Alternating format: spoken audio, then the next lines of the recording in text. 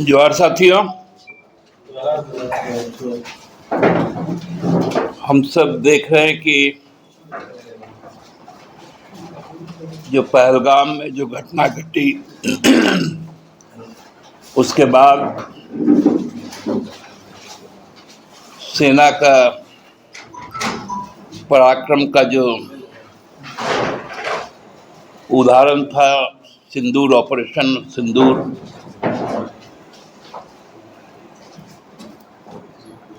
पूरा देश में जो गुस्सा था उस गुस्से का इजहार भारतीय सेना ने जब किया, पूरा देश सेना के साथ और भारत सरकार के साथ खड़ा था। हमारा जो संघीय ढांचा है, जो संविधान की जो परिकल्पना की गई, वो एक लोकतंत्र की गई, जिसमें सेना का दायित्व देश के संप्रभुता की रक्षा के लिए किया गया। सेना का कोई राजनीतिक उपयोग ना आज तक आजाद भारत में हुआ, क्योंकि कई बार सेना ने जो कार्रवाई की देश के साथ खड़ा रहा। अद्भुत मिसाल 1971 का है, जब हमारे पराक्रमी सैन्य शक्ति के द्वारा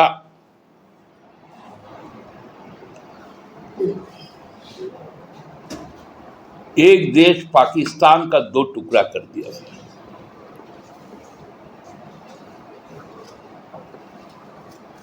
उस वक्त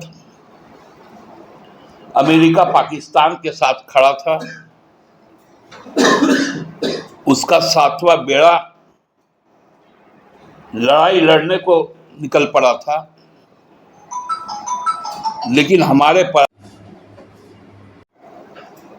लेकिन तब सेना का कहीं कोई राजनीतिक इस्तेमाल नहीं। लेकिन ऑपरेशन सिंदूर के बाद हमारे माननीय प्रधानमंत्री जी जिस प्रकार की भाषाएं बोल रहे हैं, चाहे वो गुजरात जाकर, चाहे वो बंगाल जाकर, चाहे आज बिहार में, हमको लगता है कि ये बड़ा दुखदाई स्थिति है। पूरा देश सेना को सलाम करता है।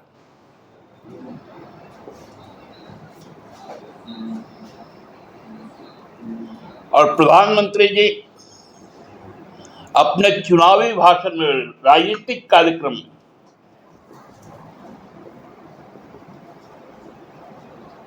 सेना के शौर्य का, पराक्रम का, जिसका पूरा देश आदर करता है, उसकी बात करते हैं।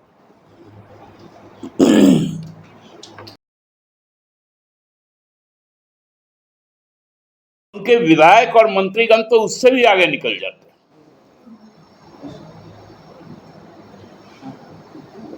आपने देखा होगा कि मध्य प्रदेश का मंत्री विजय शाह 12 मई को जिस प्रकार से हमारे सेना के एक जांबाज महिला को निशाना बनाकर बयान देते हैं, उस पर आज तक भारतीय जनता पार्टी या मध्य प्रदेश सरकार कोई कार्रवाई नहीं करती। कल भी हमने देखा जम्मू के उधमपुर में भाजपा के विधायक रणवीर पठानिया, उन्होंने वायु सेना पर घोर आपत्तिजनक टिप्पणी की।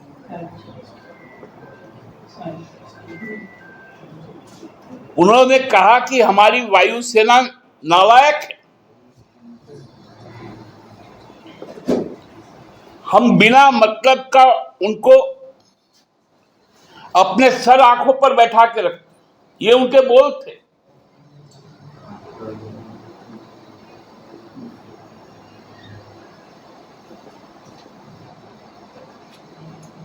और उस पर भी कोई कार्रवाई नहीं।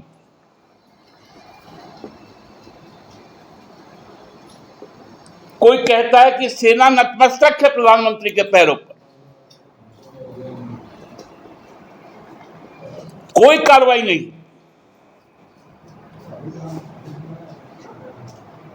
और सेना के पराक्रम का राजनीतिक इस्तेमाल होता है। अद्भुत स्थिति। आप बताइए, एक राजनीतिक कार्यक्रम आया है कि घर घर जाके हम सिंदूर बांटेंगे।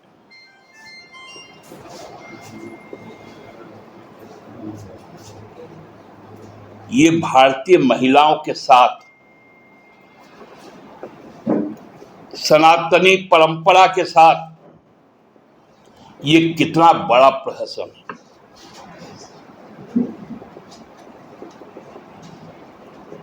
एक सुहागिन का सुहाग उसका सिंदूर होता है, उसका मंगलसूत्र होता है। हमारे झारखंड, बिहार, उड़ीसा में शाखा, पौला और लोहा को भी स्थान दिया गया।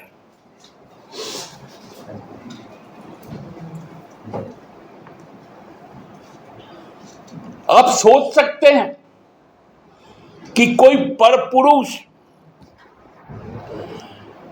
किसी परस्त्री को जाकर सिंदूर देगा? क्या ये देश के महिलाओं को आप किस नजर से देखते हैं?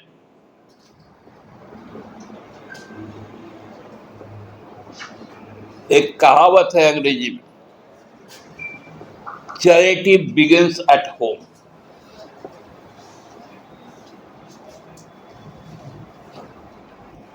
भाजपा को यह बताना चाहिए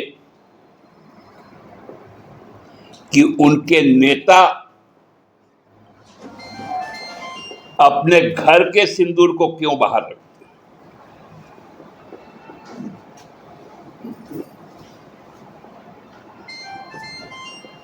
ये मजाक की चीज नहीं है।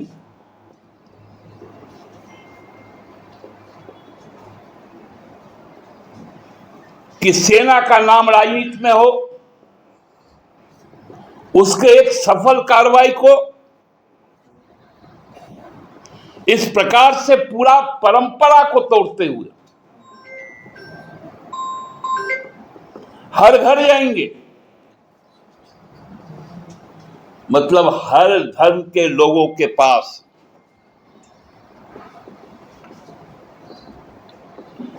क्या आप इसकी गंभीरता को समझ सकते हैं? देश में कौन सा संदेश जा रहा है? हमारा देश किस ओर बढ़ रहा है?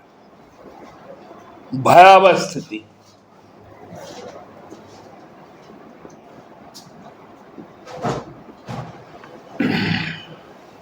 नॉर्थ ईस्ट का एक मुख्यमंत्री है आसाम का, वो खुले तौर पर सरकारी कार्यक्रम से लेकर राजनीतिक कार्यक्रम तक इस्लाम धर्म को मानने वाले को सीधे तौर पर, सार्वजनिक तौर पर मियां कहता है। एक उत्तर प्रदेश का मुख्यमंत्री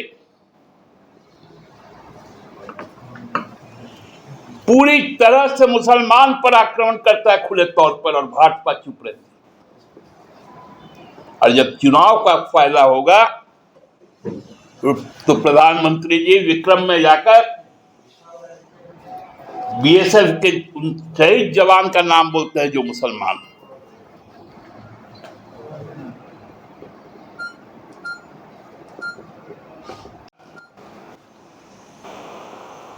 उनका चरित्र, जो देश को बारूद के ढेर पर बैठाने का काम किया,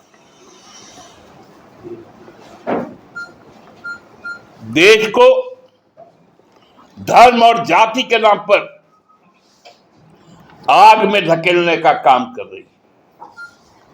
यह भयावह परिस्थिति है।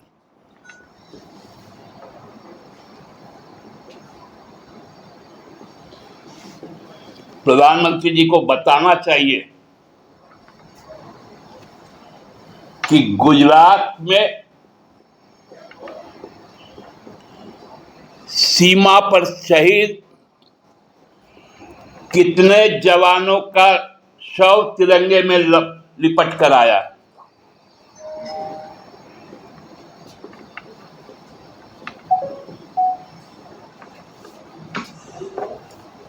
गुजरात की कंपनी, गुजरात के लोग डिफेंस सेक्टर में इन्वेस्ट करते हैं, लेकिन गुजरात के लोग डिफेंस के फील्ड में कोई कंट्रीब्यूशन नहीं।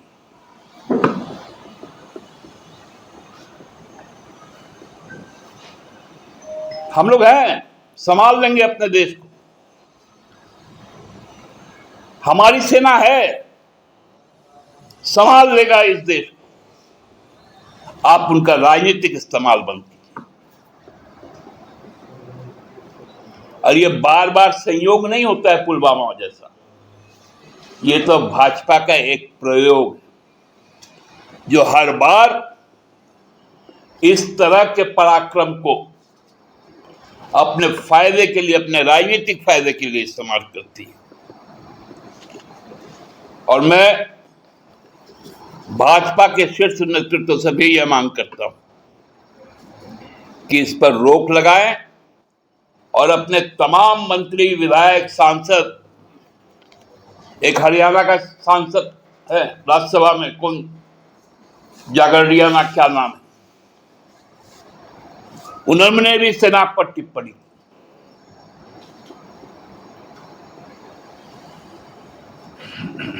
ऐसे लोगों पर सीधा कार्रवाई करें।